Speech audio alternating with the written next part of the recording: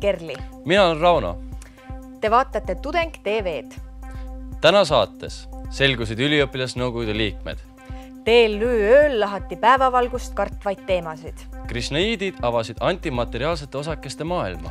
Mäng mäluga selle aasta esimene etapp möödus tehniliste viperuste kiuste edukalt. Mongraalis toimus 18. korda kirjanduse ja muusikaõhtu Kimu. Balti filmi- ja meediakooli tudengid lavastasid Tuvikeste esimese osa. Eksperimentaalmeeskond leidis hästi varjatud saladused. Karikaturniiri bowlingu etappi võitis Viltune Vikat. Alustame kõige värskemate uudistega. Eile selgusid üliõpilasnõukogude valimiste tulemused. Tauri Purk teeb kokkuvõtted. Viimaste aastate suurima osalemisaktiivsusega Tallinna Ülikooli üliõpilasnõukogu valimiste tulemusena hakkab ülikooli elu korraldama 121 tudengit. Üliõpilasnõukogu tööst räägib lähemalt üliõpilaskonna juhatuse esimees Enelin Paas. Üliõpilasnõukogud on instituutides sellised tudengiesindused, mis aitavad ja kaitsevad tudengeid. Näiteks kui on mingi probleem tudengitel, siis tasub kindlasti pöörduda üliõpilasnõukogude poole. Siis üliõpilasnõukogud ka esindavad tudengeid, näiteks instituudi nõukogus, siis kursusevanemad ka tihtipeale kuuluvad üliõpilasnõukogusse, et siis jõuab tudengite hääl kõikidelt erinevatelt tasanditelt saab kuuldavaks. Ja tihtipeale üliõpilasnõukogud on just need, kes korraldavad ka erinevaid sündmusi instituudis, näiteks rebaste ristimised, jõulupööd ja kõik sellised muud traditsioonilised üritused. Võib-olla siis minu elukogemus ja vanus annab nagu usaldusväärsuse ja võimekuse üldse esindada nende inimeste huve, kes õpivad tsükliõppes, kes töötavad, kellel on pered, kes on magistriõppes, kellel on ka pered, muu elu. Eelmisel aastal oli meil kandidaate umbes 77, siis sel aastal oli lausa üle 130 ja olemegi väga uhked, et sel aastal on meil siis kõikides instituutides ametlikult üliõpilasnõukogud olemas. Tallinna Ülikooli üliõpilasnõukogude valimistel käis hääletamas 1762 inimest, kes moodustavad 17,37% üliõpilastest. E-hääletamise võimalust kasutas neist koguni 1724. Terve ülikooli peale kogus kõige rohkem hääli Eesti Keele ja Kultuuri Instituudi tudeng Margarita Kulbok, kellel usaldas oma hääle 51 üliõpilast. Tegelikult ma arvan, et lihtsalt meie instituudis on väga head üliõpilased, kes lihtsalt, ma kirjutasin Facebookis ainult, ma pole mitte midagi teinud enam, aga olen võib-olla saanud nii palju heli selle pärast, et olen tuutor ja palju aitasin üliõpilasi, kui nad astusid ülikooli õppima ja võib-olla see kuidagi aitas mind. Soovime uutele üliõpilasnõukogu liikmetele edu ning jääme huviga ootama nende töövilju. Eeskujulikule tudengile ei piisa vaid päevastest loengutest ning ka öötunnid tuleb veeta tarkust taga ajades. Neljapäeval andis selleks võimaluse TLÜ öö, mille jooksul andsid loenguid mitmed tuntud lektorid. Tallinna Ülikooli imakoloogia dotsent Linnar Priimägi rääkis naise ja mehe kultuuriloolisest tähendusest pimeduses ja öös. Veel rääkis Priimägi sellest, kuidas 19. sajandi ootas saatuslike naiste esilekerkimist. Kui kunagi tähistas vampiirlust Draakulat, kes elas pimedas, siis nüüd liigume kunstlikult valgustatud virtuaalsuse ehk ebareaalse tegelikkuse poole. Eesti ufoloog Igor Volke tutvustas paranormaalsete nähtuste olemust. Venelastel oli väga originaalne termin selle kohta, see on lühiajaline kiiresti kulgev. Et sükene, mis läheb tšuvilksti, näiteks suhteliselt kera välk ja kui temale liitub veel mingi mõistuslik aspekt, siis on päris para. Oma 30-aastase isikliku kogemuse põhjal rääkis Volke paranormaalsete nähtuste esinemise tihedusest. Meil tuleb umbes niisugust keskkonnaaanomaaliat 5-6 tükki aastas, väga keskmine. Siis lääne, Prantsuse ja USA uurijate seisukohalt on umbes 10% tuleb nagu avalikkuse ette. Et siis kui me selle korrutame korralikult, eks me saame, see oli kogu see aastas. Etoloog Aleksei Turovski rääkis, et põnevaim ööloom, keda on jälginud, on inimene. Oi, kui põnevalt ta oskab käituda ja nii ootamatult. Ta lisas, et inimese liigi seas on selliseid, kes ei maga üldse. Päris inimese liigi esindajate seas on selliseid, kes ei maga üldse. on selliseid. Noh, aastakümneid lihtsalt ei maga. Nende aju puhkab teistsugusel režiimil. Arvatavasti need ongi need, kes magavad kõige vähem. Pärast loenguid suundusid väsinud tudengid ööst energiat ammutama kohvikusse Oas. Vaikse öö täitis naeruga stand-up comedy ja ööpimeduses rockis Black Madonna. Kuidas inimesed mõistavad ja tajuvad antimateeriat? 7 aastat mööda maailma ringi rännanud õpetlane rääkis tudeng TV-le. Mis on antimateriaalne osake? Sellele andis vastuse Ameerika päritolu Sriman Sankarshan Tasadikari, kes külastas meid Tallinna Ülikooli ööl. I made a great search. I was a university student back in the 60s in the U.S. I wasn't satisfied, working hard to make good grades, to get a good job, to get a good coffin 6 feet under with good flowers on it once a year until people forgot about me. So I began searching what is the real meaning of my existence, you see. And it began really when I heard from a great enlightened teacher, His Divine Grace A.C. Bhaktivedanta Swami Prabhupada. Your life becomes completely transformed. Sellisel viisil, kui ühendada, et elu täielikult transformeerub.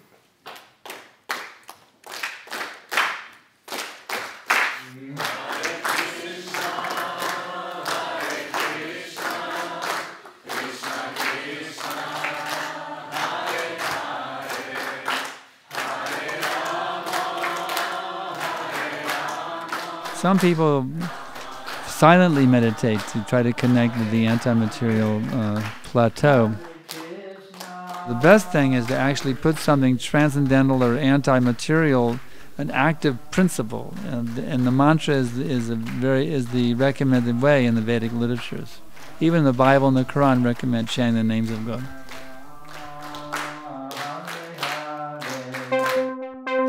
Innovaatilise ja rohelise ülikoolina prooviti seekordset mälumängu etappi Mäng mäluga läbi viia iPadidega. Mälumängu Mäng mäluga esimene etapp leidis aset sel neljapäeval. 7. novembril toimus TLÜ sisene Mäng mäluga turniiri esimene etapp. Seda korraldavad juba 2 aastat järjest TLÜ üliõpilaskonna spordiklubi ja üliõpilasnõukogud. Võistlusest võivad osa võtta kõik TLÜ tudengid, õppejõud ja töötajad. Mälumängust võttis osa 30 võistkonda. Võistlus koosneb mitmetest erinevatest etappidest ning küsimused hõlmavad kõiki valdkondi. Esimese etappi jaoks koostas küsimused Arko Olesk. Mõtlen kõigepealt välja selle pealkirja, mis võiks olla huvitav ja siis hakkan otsima sinna alla temaatilisi küsimusi. Nagu ka siin oli just äsja meil teema pudelivesi, ehk siis ma otsisin, kõigepealt vaatasin välja, millised pudeliveemarke on olemas ja siis vaatasin, millised need seostuvad mingite muude asjadega, mida saaks küsida. Ka igapäevaselt ma loen üpris palju lehti, käin internetis ringi ja kõik, mis huvitav on, selle ma panen tallele ja siis hiljem vaatan, kuidas sellest annab küsimuse teha. Aga tõepoolest, eesmärk oli ka näidata, milliseid küsimusi küsitakse Euroopa mälumängu meistrivõistlustel, mis siis olid eelmisel nädalavahetusel ja kuhu ma samamoodi koostasin küsimusi. Rohelise ülikoolina võeti sel korral paberite asemel kasutusele iPadid. Nutikad TLÜ tudengid tegid tahvelarvutite jaoks Mäng mäluga turniiri äppi. Üks rakenduse loojatest Romil Robtšenkov tutvustas äppi kasutamist. See rakendus siis võimaldab saata inimestele iPadidele küsimusi ja siis saab ka neile vastata. Otseselt on ka näha, palju aega alles on ja siis saab ka neid salvestada. Ja kõik tulemused siis jooksevad ühtsesse süsteemi kokku. Aplikatsiooni kasutamine luhtus. Täna juhtus selline hästi naljakas lugu, et kuna pidime nagu igal inimesel ka keelama näiteks kuhu lehele, et ta nagu sattuda võib, et ta saab ainult seda mängulehte külastada, et mitte midagi muud, et keegi guugeldada ei saaks, siis kahjuks nagu selle tulemusel ka teatud muud võrguühendused katkesid siin ja siis ei saanud seetõttu nagu seda täitsa toimima. Turniiri Mäng mäluga võitjateks tuli ajaloo tudengitest koosnev meeskond ajaloomlased.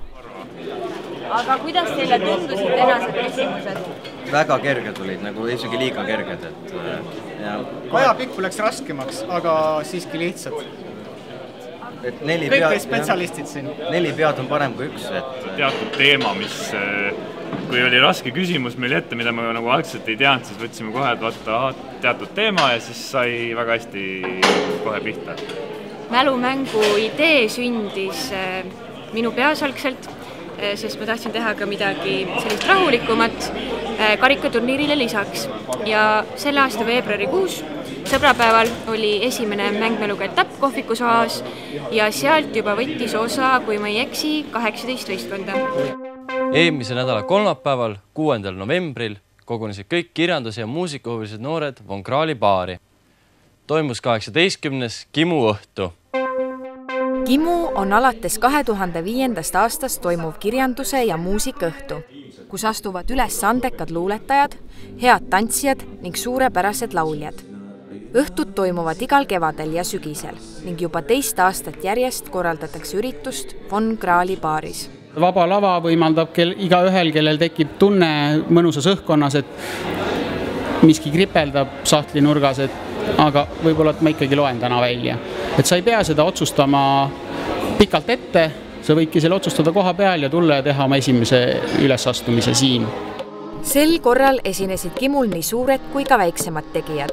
Ent silmapaistvamateks osutus Tallinna Ülikooli 2013. aasta kirjanduskonkursi võiduluuletuse autor Alan Teder, tantsutrupp No ja Eesti oma rockbänd Emphasis.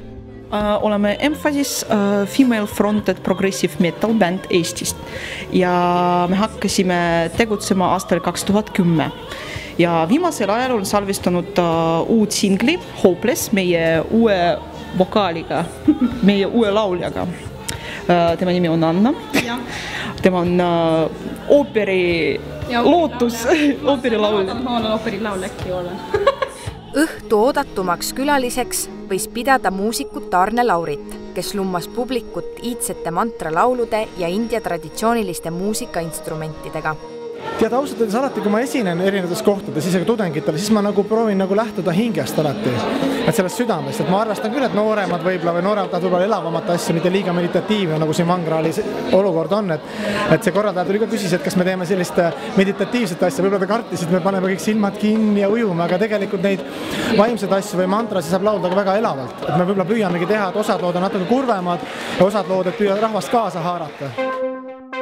Selle nädala staar on Ringvaate vastutav toimetaja Kajar Kase, kes astus BFM-i tudengite produktsiooni tuvikestes üles L-bandina. Ta on meil täna ka siin stuudios. Tere, Kajar! Tere, Kerli! Kaamera ees olemine on sinu jaoks tavapärane, sest see on osa sinu igapäevatööst. Kuivõrd palju erines see etteaste sinu igapäevatööst? Kaamera ees olemine, tegelikult ei ole osa minu igapäevatööst. Minu töö Ringvaates on rohkem nagu kaamera taga. Et minu ülesanne on seal nagu kutsuda inimesi saatesse ja nii edasi. Aga see oli siin selles mõttes täiesti teistmoodi, et ma ei ole kunagi midagi sellist teinud. Et meil on Ringvaade on nagu dokumentaalsaade, et seal on asjad, mis toimuvad päriselt, aga see, mis siia oli püsti pandud, see oli nagu, selles mõttes mul nagu esimest korda umbes nagu, ma arvan, lasteaias ma olen osalenud ühes etenduses Karuna ja ühes etenduses jaanuarikuuna, aga nüüd siis see L-bandi roll oli nagu esimene kord, kui ma nagu nii täiskasvanu elus näitlen. Aga mis sa arvad, miks just sind valiti mängima L-bandit? Ma ei tea, mis sa arvad, et mul on nagu see riietus on praegu veel seljas, et ma ei kujuta ette, aga ma saan aru, et see pink vist väga pikk ei olnud nagu, et kui ma käisin siin esimest korda oma rolli ette lugemas, siis ei olnud nagu 4 kiilakat kutti ei istunud veel ukse taga ja ei oodanud, et saaks sisse hüpata ja L-bandit mängima hakata, et selles mõttes, ma arvan, et ega seal nüüd väga palju valikut ei olnud ka. Selge. Aga kui palju on sinus endas igapäevaselt L-bandit? Rohkem kui tahaks niimoodi võib-olla avalikult tunnistada. Ma olen ise mitu korda nagu rääkinud seda ka, et L-bandi on nagu siuke roll, mida sa ootad terve elu ja valmistud selleks ja kui sulle siis lõpuks pakutakse, et siis peab olema nagu millegi pealt seda teha. Aga mis oli ajakirjanikust näitleja kehastumiseks kõige raskem? Kõige raskem oli nagu töö selle tekstiga, et see tuvikeste osa, mida me mängisime, on 21 minutit pikk. Ja üldiselt ühtegi sellist stseeni ei ole, kus ei oleks mind ja siis proua bandit ehk Peegi ei oleks sees.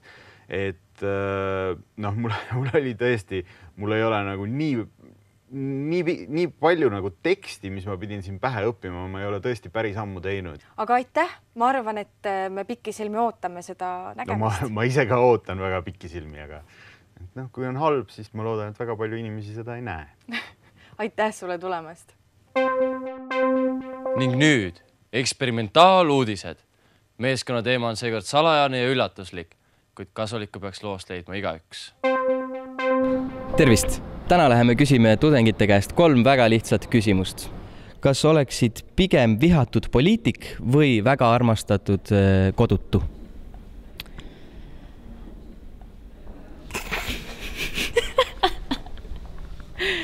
Väga armastatud kodutu.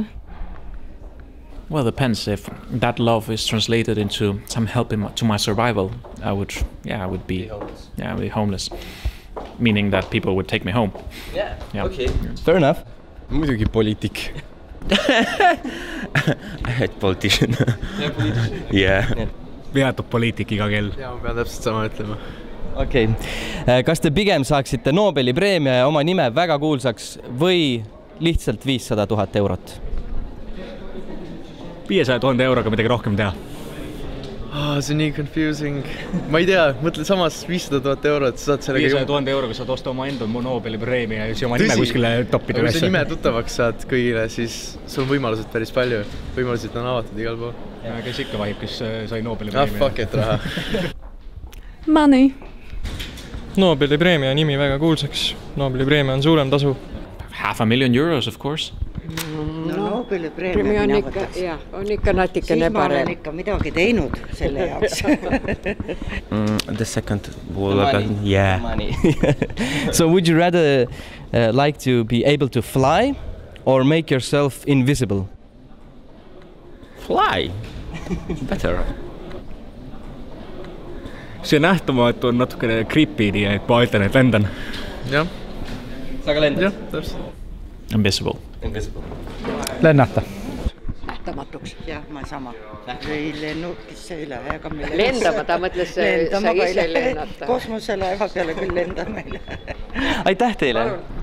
Ja nagu selgus, on meil 2 sorti tudengeid. Meil on väga-väga vihatud nähtamatud poliitikud, kellel on taskus 500 000 eurot ja lendavad Nobeli preemiaga kodutud.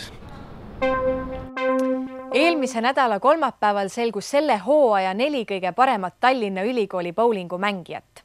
Täpseima käega oli võistkond Viltune Vikat ehk 3. kursuse kehakultuur, kes alistas ülimalt pingelises ja tasavägises finaalis võistkonna IQ 180. Poodiumi kohaga lõpetas ka võistluse TRK 15.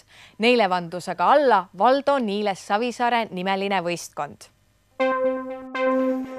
Eelmisel nädalal toimus karikaturniiri teine etapp. Kuulsaalis heitlesid bowlingu tiitli nimel mitmete erinevate instituutide võistkonnad. Esimesel päeval astus areenile 32 löögirühma, kellest 16 said õiguse kuule veeretada ka järgmisel päeval. Aga Kaspar, kust tuli üldse selline mõte TLÜ karikaturniirile sisse tuua bowling? Et teame, et eelmine aasta oli juba hästi palju osalejaid ja see aasta on üle 130 osaleja, nagu ma olen aru saanud, on umbes siuke arv. 128 peaks olema täpne arv, veits vähem, et mõned tiimid on 3-liikmelised, seetõttu on alla 128 veits. Aga bowling, kuna eelmine aasta oli juba niivõrd populaarne, siis oli kindel ka, et see aasta toimub, see peab toimuma, et vaadates osavõtte arvu, 32 tiimi, et tõesti, kõik tahavad tulla siia mängima bowlingut. Finaalturniiri mängud toimusid play-off süsteemis, kus selgusid selle aasta võitjad. Ja olen kinni püüdnud siit ühe finaali kangelasi, Silver Läti, kes tõi põhimõtteliselt kastanid tulest välja oma tiimil siis, et lõpus oli teil vahe vist 1 punkt peaaegu enne viimast vooru ja siis hakkasid sa lihtsalt seda väike panema. Oli nii, Silver? Oli täpselt nii, et meile meeldib pinge all mängida, et me oleme seda ennegi pinge all tulnud hädaolukordadest välja, aga võit oli teenitud ja tuli magusalt. Kuidas siis praeguseni läinud on? Kas on kõik sujunud nii, nagu veel korralikul turniiril minema peaks? On olnud väiksed tõrked, aga üldjoontes on kõik sujunud, et tiimid on edasi pääsenud, need, kes seda on väärinud, rajad toimivad kurikad kukuvad maha, bowlinguulid veerevad. Aga kuidas sulle selle aastane turniir üldse tundus, et eelmine aasta ma tean, et te vist napilt finaalis kaotasite, et kas see aasta oli turniiri ühtlane tase tugevam või oli nõrgem? Tundus, et sel aastal oli tase ikka kindlasti tugevam, et ühtlasem kindlasti. Et me ei suutnud ise ka oma parimaid mänge mängida, aga kõik mängud lõppesid suht tasavägiselt, et võit tuli napilt. Bowlingu turniiriga võime nüüdseks hüvasti jätta. Järgmiseks karikaturniiri osavõistluseks on virtuaalsport, mis toimub kohe-kohe 19. novembril Kohvik Oaasis. Aitäh, et vaatasite! Tudeng TV on teie ees juba järgmisel nädalal. Kohtumiseni! Kohtumiseni!